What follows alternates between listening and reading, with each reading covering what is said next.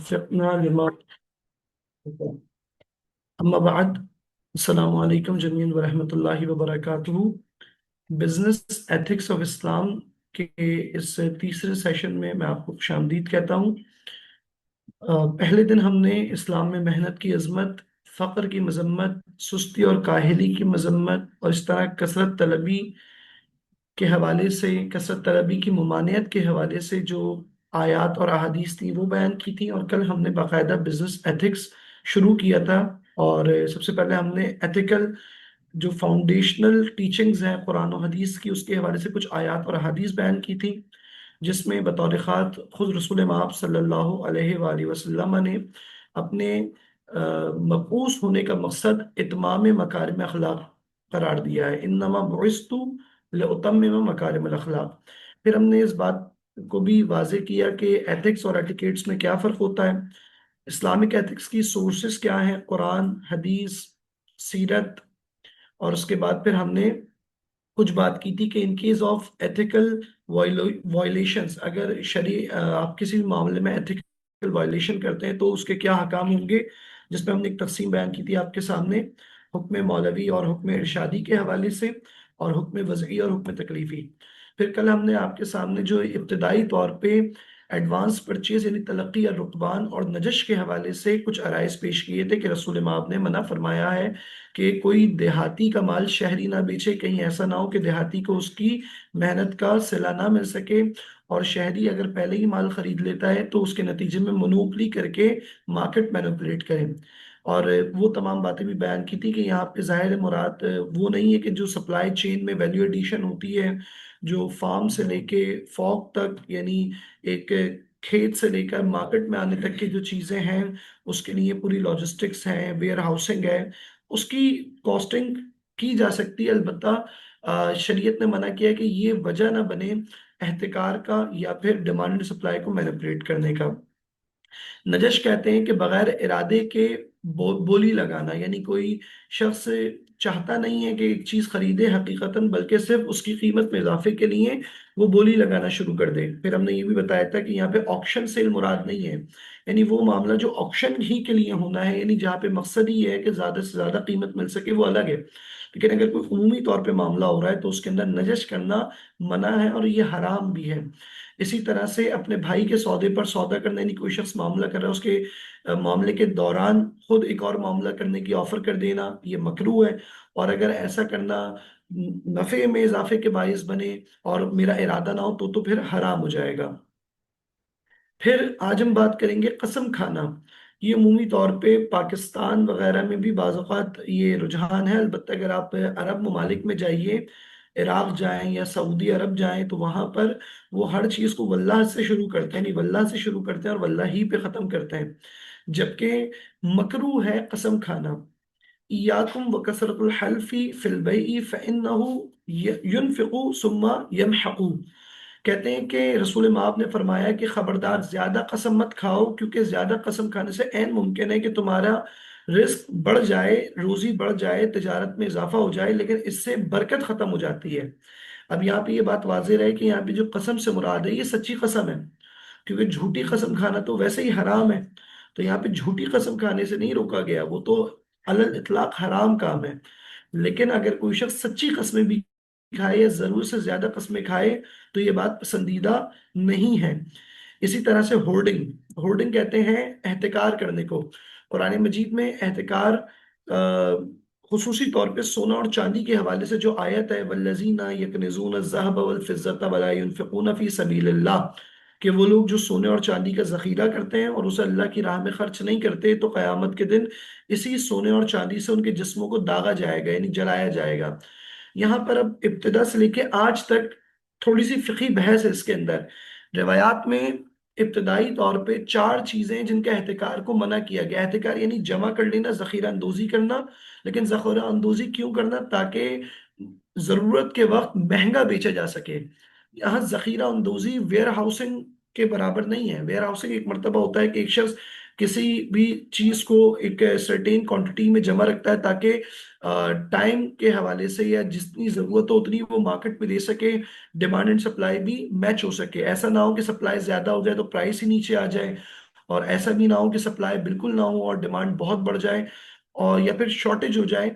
تو وہ نہیں. ہولڈنگ کہتے ہیں کہ اگر کسی شخص کے پاس کوئی ایسی چیز ہے جو لوگوں کی ضرورت کے لیے ہے اور وہ اس کو روکے رکھے اس نیت سے کہ یا تو صرف میں ہی استعمال کروں گا جبکہ وہ چیز اس کی اپنی ضرورت سے زیادہ ہو، یا پھر وہ اس لیے روکے رکھے کہ دوسرے سے زیادہ نفع حاصل کر سکے کیونکہ جب اس کو ضرورت ہوگی تو ایسا کرنا احتکار کہلاتا ہے. احتکار کرنا ابتداءً مکروہ ہے.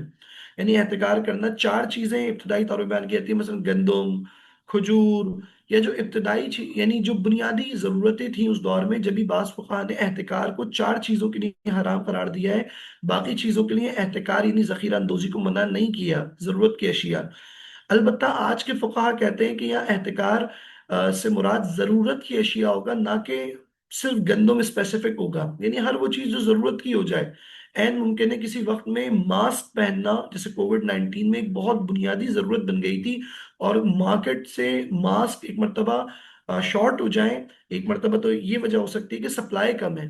تو یہ تو ایک جینون ریزن ہے کہ جب مارکیٹ میں سپلائی آئے گی تو پھر دوبارہ سے ڈسٹریبیوشن ہو سکتی ہے. لیکن ایک مرتبہ ہے اور ایک 5 روپے کی چیز کو 50 روپے کرنے کے لیے، بڑھانے کے لیے کوئی شخص کسی چیز کو روک لے اور وہ چیز بھی ایسی ہو جو لوگوں کی ضرورت کی ہو، اسے احتکار کہا جاتا ہے اور احتکار کرنے والا ملعون شمار کیا گیا ہے. المحتکر ملعون.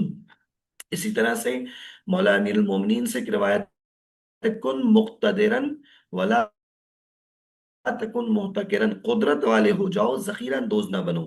یعنی تم چیزوں کو اپنی ضرورت کے مطابق رکھو، البتہ ضرورت سے زیادہ روک لینا یہ ناانصافی ہے کیونکہ انسان کی ملکیت میں ایک انٹرنزک اسلامک اکنامک سسٹم کے اعتبار سے اجتماعی حق پوشیدہ ہے. یعنی اگر کوئی بھی چیز میری ضرورت سے زیادہ ہوگی تو وہاں پر میں دوسروں کے لیے انیل قرار پاؤں گا. اب احتکار کے کچھ فقہی مسائل بھی ہیں کہ اگر کوئی شخص احتکار کرے تو کیا ہوگا. کہتے ہیں کہ حکومت اسلامی اسے مجبور کرے گی کس چیز پر؟ بیچنے پر. اب بیچے گا وہ کس قیمت پہ؟ اس پہ بھی دو تین اقوال پائے جاتے ہیں. کہا جاتا ہے کہ جتنی قیمت وہ لینا چاہتا ہے اس کے اوپر بیچا جائے گا، جس کو مجبور کیا جائے گا کہ بیچو، قیمت وہی سیٹ کرے گا.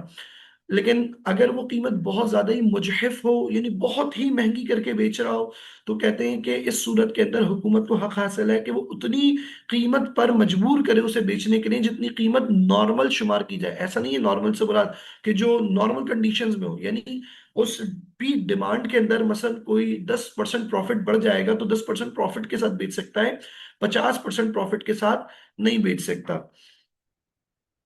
اچھا، یہ جو گزشتہ باتیں تھیں ہماری کانٹریکٹ جنرل ایتھکس تھی. اگر ہم بات کرتے ہیں آلٹریشن کے حوالے سے، آلٹریشن ریلیٹڈ ٹو پروڈکٹ، میں کوئی چیز بیچ رہا ہوں اور اس میں آلٹریشن کر رہا ہوں. آلٹریشن تغریر یا تدلیس قولی بھی ہوتی ہے، فعلی بھی ہوتی ہے. قولی کیا ہوتی ہے کہ میں جو چیز کہہ رہا ہوں سونا ہے لیکن وہ کھوٹا نکلا، یعنی اس کے اندر دوسری کوئی اور دھاتیں بھی ملی ہوئی ہیں. میں کہہ رہا ہوں دودھ ہے اور خریدنے والا دودھ کے پیسے دے رہا ہے لیکن اس میں پانی بہت زیادہ ملا ہوا ہے. گوشت خریدا جا رہا ہے لیکن گوشت میں پانی بھرا ہوا ہے، پریشر کا گوشت ہے. حضرت صلی اللہ علیہ وسلم ارشاد فرماتے ہیں من غشا فلیس منا، جو دھوکہ دیتا ہے وہ ہم میں سے نہیں ہے. تقریر قولی بھی ہوتی ہے، فعلی بھی. بسا اوقات فعلی تقریر کیا ہوتی ہے کہ لائٹیں بہت زیادہ کھول دینا یا ایسے عیوب جو کہ بہت اہم ہوتے ہیں کسی بھی چیز میں اس کو نہ بتانا، یا پھر ایک عام آدمی کو جس کو ٹیکنیکلٹیز نہیں پتہ ہے کسی چیز کی اس کو کہنا کہ بھئی جیسا ہے تم ویسا خرید لو. نہیں، یہ بیچنے والے کی ذمہ داری ہے کہ کم سے کم دیکھیں اگر میں کمپیوٹر خرید رہا ہوں اور کمپیوٹر میں مثلا اس کے مین ہارڈ ویئر میں ہی کوئی مسئلہ ہے اور میں ایک عام آدمی ہوں، مجھے نہیں پتا، میں تو ظاہری طور پہ کمپیوٹر دیکھ رہا ہوں، تو بیچنے والے کی ذمہ داری ہے کہ وہ اس ایپ کے بارے میں بتائے. اگر وہ نہیں بتاتا تو یہ دھوکہ دینا ہے. کوئی بولے کہ بھئی میں نے تو دے دیا تھا، اس کی اپنی غلطی ہے، اس نے دیکھا نہیں، تو یہ دیکھا جائے گا بیچا کس کو جا رہا ہے. اگر تو کسی ٹیکنیکل ایکسپرٹ کو بیچا جا رہا ہے جس کو یہ تمام چیزیں پتہ ہیں تو یہ دھوکہ شمار نہیں ہوگا. لیکن اگر کوئی سادہ سا آدمی اس کو بیچ دیا جائے تو یہ درست شمار نہیں ہوگا. تو تقریر قولاً بھی ہوتی ہے، فعلاً بھی ہوتی ہے، حکماً بھی ہوتی ہے. حکماً یعنی کسی ایپ کو نہ بتانا. اب آپ کو مارکیٹ میں ایسی بڑی مثالیں ملیں گی، سبزی کو پانی لگا کر بیچنا جس سے وہ تازہ محسوس ہو. ابتداءً یہ مکروہ ہے، خود ایسا کام انجام دینا مکروہ ہے. لیکن اگر یہ دھوکے کا باعث بنے، یعنی پتہ چلے کہ وہ سبزیاں ہی خراب ہیں، ظاہر ہے کہ میں نے پیسے خراب سبزی کے لیے نہیں دیے ہیں، صحیح سبزی کے لیے دیے ہیں، تو وہ دھوکے میں شمار ہوگا، اور اس وقت حق حاصل ہے خریدنے والے کے وہ معاملہ ختم کر دے۔ اور یا پھر دوسری صورت یہ ہوتی ہے کہ وہ قیمت لے لے واپسی اپنی، قیمت کتنی؟ جو فرق ہے صحیح اور معیوب میں، مثلا ایک چیز ہے جو بالکل ایکوریٹ ہے وہ 100 روپے کی ہے، اور جو تھوڑی سی معیوب ہے وہ 90 روپے کی مارکیٹ میں ملتی ہے، اور میں نے 100 روپے میں خرید لی وہ۔ اب شریعت یہ مجھے حق دیتی ہے یا تو یہ میں معاملہ ختم کر دوں، یا پھر میں 10 روپے اس سے جو اضافی دیے میں نے صحیح چیز کے لیے وہ واپسی لے لوں۔ اسی طرح سے ایک اور چیز ہے غبن، غبن کہتے ہیں، غبن بھی ایک دھوکہ ہی ہے لیکن منفعت میں دھوکہ۔ غبن ٹیکنیکلی کہتے ہیں کہ اگر کسی شخص کو کسی چیز کی قیمت نہیں پتا، اور وہ آ کے میرے اوپر اعتبار کرتا ہے اور کہتا ہے کہ آپ بتائیے کتنے کی مارکیٹ میں، اور میں اسے دھوکہ دے کے بیچوں، یعنی 10 روپے کی چیز 100 روپے کی بیچ دوں، تو اب اس کو یہ حق حاصل ہے کہ وہ چاہے تو معاملہ ختم کر دے۔ اب دیکھیں یہ چیزیں ہمیں مارکیٹ میں بیچنے والوں کو بھی بتانی ہے، خریدنے والوں کو بھی سمجھانی ہے، اور مارکیٹ میں یہ نارمز پیدا کرنی ہے، ورنہ عمومی طور پہ آپ کہیں گے کہ بھائی کوئی بھی چیز خرید لیں، کوئی واپسی وغیرہ نہیں کرتا۔ اس کی وجہ کیا ہے کہ وہ اخلاق اسلامی کو نہیں جانتے، آداب تجارت سے واقف نہیں ہے۔ تو غبن کہتے ہیں کہ ایکسٹرا پروفٹ چارج کرنا جبکہ خریدنے والے کو نہیں پتا ہو۔ اب یہیں پر ایک بات آ گئی ہے پروفٹ کے حوالے سے، تو اوور پرائسنگ ابھی دوبارہ آئے گا لیکن میں ابھی بتا دیتا ہوں۔ ایک سوال یہ پوچھا جاتا ہے کہ اسلام میں نفع کی شرح کیا ہے، نفع کتنا لیا جا سکتا اور کتنا نہیں لیا جا سکتا؟ تو پہلی بات تو یہ کہ نفع کے حوالے سے کوئی مقدار معین نہیں کی گئی، یعنی یہ نہیں کہا گیا کہ 1%، 2%، 5%، 10%، بلکہ اس کو مارکیٹ فورسز پہ چھوڑا گیا ہے کہ کبھی کوئی چیز ڈیمانڈ میں ہوتی ہے تو اس کی طرف لوگوں کا ٹرینڈ زیادہ ہوتا ہے، تو ظاہر ہے کہ جب ڈیمانڈ زیادہ اور سپلائی کم ہوگی تو اس چیز کی پرائس بڑھ جاتی ہے۔ اسی طرح سے کبھی کبھار کسی چیز کی ڈیمانڈ کم ہوتی ہے تو ظاہر ہے اس کے اوپر وہ نفع نہیں کمایا جا سکتا اس کی قیمت کے اعتبار سے۔ مثلا برف کی حیثیت یا اس کی قدر گرمی میں بڑھ جاتی ہے، سردیوں میں نہیں ہوتی۔ سردیوں کے اندر ہیٹر بکنے لگتا ہے، اے سی نہیں بکتے۔ اسی طرح سے گرمیوں میں اے سی بکتے ہیں، ہیٹر نہیں بک رہے ہوتے، تو آپ خود دیکھتے ہیں کہ پرائس اوپر نیچے جا رہی ہوتی ہے۔ تو شریعت نے بھی کوئی نفع کی مقدار معین نہیں کی، یعنی فیصدی اعتبار سے معین نہیں کی، اور یہ بھی نہیں کہا کہ وہ اسٹیگننٹ ہونا چاہیے، یعنی پروفٹ فکسڈ ہونا چاہیے۔ البتہ یہ ضرور کہا ہے کہ جو نفع چارج کیا جائے وہ عادلانہ ہو، وہ ظلم پر مبنی نہ ہو، یعنی ایسا نہ ہو کہ مثلا میری کسی چیز کی قیمت خرید ہے 100 روپے یا 1000 روپے، یا میں نے ایک چیز کو پروڈیوس کیا ہے تو اس کی میری مینوفیکچرنگ کاسٹ بنتی ہے 1 لاکھ روپے مثلا، تو شریعت کیا کہتی ہے کہ میں 2 لاکھ روپے چارج کر لوں کسی سے صرف اس بنیاد پہ کہ اگر وہ چیز مارکیٹ میں بہت زیادہ چلنے لگ گئی ہے؟ شریعت یہ کہتی ہے نہیں، یہ ظالمانہ ہے۔ آپ کو حق ہے کہ آپ اپنی قیمت لے سکتے ہیں، یعنی 1 لاکھ روپے ریکور کر سکتے ہیں، پلس اس کے اوپر آپ مارکیٹ نارمز کے مطابق پروفٹ لیں۔ مارکیٹ نارمز مثلا 10% پروفٹ ہوتی ہے یوزولی، اور in case of high demand 15% ہوتی ہے، تو یہ مارکیٹ نارم ہے۔ لیکن اگر کسی مارکیٹ نارم میں کوئی چیز ایکسٹرا ویلیوڈ ہو جائے تو یہ درست نہیں ہے، یہاں مارکیٹ کو ٹھیک کرنے کی ضرورت ہے، یعنی یہاں پہ جو مارکیٹ ریگولیٹر ہوگا، آج کے دور میں آپ کہیں ہمارے فائنینشیل ریگولیٹرز کو کہیے، حکومت کہیے، یا اسلامی حکومت میں حاکم اسلامی اس کو ریگولیٹ کرے گا۔ کیوں؟ کیونکہ نتیجتاً اگر کوئی چیز جس کی قیمت 100 روپے ہے وہ مارکیٹ میں 200 کے بکنے لگے تو نتیجہ کیا ہوگا؟ نتیجے میں ایک شخص نے فائدہ کمایا یعنی 100 روپے، لیکن نتیجتاً پورے معاشرے کی قوت خرید کم ہو گئی، یعنی وہ چیز جس کی ویلیو 100 تھی اب وہ 200 کی مل رہی ہے۔ تو یہ پیسے سب کے پاس ہے نا، تو اب کوئی بھی شخص وہ چیز خریدے گا تو اس کو وہ مہنگی ملنے لگے گی۔ تو گویا ہم اپنے ہی ہاتھوں سے اپنی کرنسی کو ڈی ویلیو کر دیتے ہیں اس طرح سے، یہ ایک بہت اہم مسئلہ ہے۔ یہ ہمارے عمومی طور پہ ریئل اسٹیٹ میں بہت زیادہ ہوا ہے کہ زمین جی کتنے کی تھی، 10 لاکھ روپے کی تھی، کتنے کی بیچی گئی ہے، 1.5 کروڑ روپے کی بیچی گئی ہے۔ اچھا جی وہاں ڈیولپمنٹس کیا ہوئی ہیں؟ ڈیولپمنٹ کچھ بھی نہیں ہوئی۔ تو اب آپ بتائیں ایک چیز کی، دیکھیں جب میں کوئی چیز خرید رہا ہوں تو ہوتا کیا ہے کہ میں نے یہ موبائل خریدا، موبائل کے ایکولنٹ میں ویلیو دوں گا، ٹھیک ہے؟ تو ہونا ہی چاہیے دونوں چیزیں ویلیو میں برابر ہونی چاہیے، ورنہ فائدہ کیا ہوگا؟ نقصان ہی ہو رہا ہوگا یا دھوکا ہو رہا ہوگا۔ اب ایک چیز کی ویلیو 10 لاکھ روپے ہے، لیکن کوئی شخص اپنا شخصی پروفٹ کر لیتا ہے کسی کی مجبوری کی وجہ سے، یا اس کو پتہ نہیں ہے، مارکیٹ میں نارم یہ بن گئی کہ جو جتنا کما لے، ایک بوم آ گیا ہے، اور میں اس چیز کے بدلے 1 کروڑ دے رہا ہوں۔ تو ہوا کیا ہے؟ ہوا یہ ہے کہ میں نے اپنے 1 لاکھ روپے یا 10 لاکھ روپے کی ویلیو کو خود ختم کر دیا ہے، کیونکہ کل جب یہ پیسے 1 کروڑ میرے پاس آنے ہیں تو اب آپ خود بتائیے ان 1 کروڑ کی پرچیزنگ پاور کیا وہ ہے جو پہلے تھی؟ یہ میں ایک شخص کی مثال دے کر سمجھانا چاہ رہا ہوں، ایک پورے فنومینا کو کہ اگر ہم پرائس کنٹرول نہیں کرتے یا پھر اوور پرائسنگ ہوتی ہے یا پھر پروفٹ بہت زیادہ لیا جاتا ہے تو الٹیمیٹلی ہم اپنی کرنسی کو ڈی ویلیو کرتے ہیں. عمومی طور پہ یہ چیز ہمارے پاس آن لائن جو ٹریڈنگ ہو رہی ہوتی ہے اس کے اندر بڑا ہوتا ہے کہ جی 100 روپے کی چیز ہے ہم نے آن لائن باہر ایکسپورٹ کرنی ہے یا باہر کسی کو بیچنی ہے وہ جی 1000 روپے کی بیچ دی. تو اس چیز کی ویلیو تو اتنی نہیں تھی مجھے پروفٹ ہوا لیکن نتیجتاً وہ چیز جس کی فیک پرائس بڑھی ہے اس کے نتیجے میں میرے اپنی کرنسی ڈی ویلیو ہو گئی ہے. یعنی ہونا تو یہ چاہیے کہ 100 روپے میں وہ چیز آ جائے لیکن اب مجھے 1000 روپے دینا پڑ رہا ہے. تو جہاں میں پروفٹ گینر ہوں وہی میں کنزیومر بھی تو ہوں گا کل کو. یہ پیسے میں نے کھانے تو نہیں ہے, یہ پیسے میں نے استعمال کرنے ہیں اور یہ پیسے خود بخود اس کی ویلیو کم ہو چکی ہے. ایک واقعہ ملتا ہے بڑا مشہور و معروف واقعہ ہے یہ نفع کی شرح معین کرنے کے حوالے سے. وہ کیا ہے, اسے ٹیکنیکلی کہتے ہیں عربی میں تسعیر. تسعیر نکلا ہے سعر سے, سعر کہتے ہیں قیمت کو, تسعیر یعنی قیمت بندی کرنا. سوال یہ ہوتا ہے کہ آیا حکومت کے پاس یہ حق حاصل ہے کہ وہ چیزوں کی قیمت بندی کرے یا پھر انٹرفیئر کرے مارکیٹ میں آنے کے آ کر. تو یہاں پر ایک مشہور واقعہ ہے کہ رسول مآب صلی اللہ علیہ وسلم کے پاس لوگ آئے صحابہ کرام اور آپ نے کہا یا رسول اللہ چیزوں کی قیمت بہت زیادہ بڑھ گئی ہے تو آپ اس کو فکس کر دیجئے تاکہ یہ فکس ریٹ کے اوپر بکنے لگے. رسول مآب نے فرمایا کہ نہیں میں فکس نہیں کروں گا بلکہ یہ قیمت خود ہی اللہ تعالیٰ اس کے اندر آسانی فرمانے والا ہے. ایک واقعہ یہ ہے. دوسرا واقعہ چوتھے امام امام صلی اللہ علیہ وسلم سے منقول ہے کہ ایک شخص شکایت کرتا ہے مہنگائی کی. تو پہلے تو آپ اس کی اخلاقی تربیت کرتے ہیں, آپ فرماتے ہیں یہ بتاؤ جب چیزیں سستی تھیں تو کیا تم رزق خود حاصل کر رہے تھے یا اس وقت اللہ رزق دے رہا تھا؟ تو کہنے لگا اللہ رزق دے رہا تھا. تو کہا اب بھی اللہ رزق دے گا. اب یہاں پر بظاہر ان دونوں واقعات سے لگتا ہے کہ مارکیٹ انٹرفیئر گورنمنٹ نہیں کر سکتی ہے لیکن ہمیں اس میں غور کرنے کی ضرورت ہے. یہ اس وقت کا واقعہ ہے جب مارکیٹ اپنے نیچرل فلو کے ساتھ چل رہی ہے, یعنی جہاں پہ مارکیٹ مینپولیٹ نہیں کی جا رہی, جہاں پہ امانت داری ہے, جہاں پہ دیانت داری ہے, جہاں پہ دین ہے. تو اس صورت میں یہ کہا جا رہا ہے کہ نہیں مارکیٹ اپنے حساب سے ایڈجسٹ ہو جائے گی ڈیمانڈ اور سپلائی کے اعتبار سے.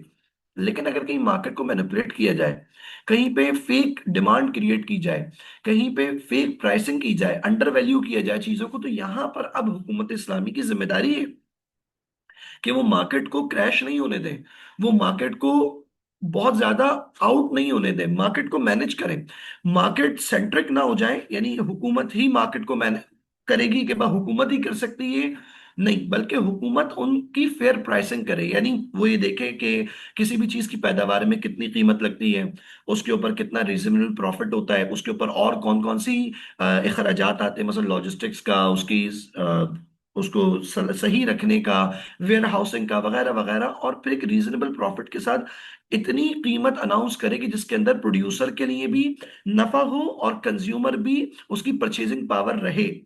تو یہاں پہ مارکیٹ انٹرفیرنس تسعیر کی جا سکتی ہے, حکومت اسلامی کو یہ حق حاصل ہے. البتہ جب مارکیٹ اپنی نارمل کنڈیشن پر چل رہی ہو تو حکومت اس وقت کوئی مداخلت نہیں کرتی ہے ظاہراً. تو یہیں سے اب ہمیں وہ کانسیپٹ بھی سمجھ میں آتا ہے مرابحہ کا. اب میرے علم میں نہیں ہے کہ آپ میں سے کتنے ایسے لوگ ہیں جو اسلامک بینکنگ کے حوالے سے بھی واقف ہیں. آپ لوگ جانتے ہیں جو لوگ اسلامک بینکنگ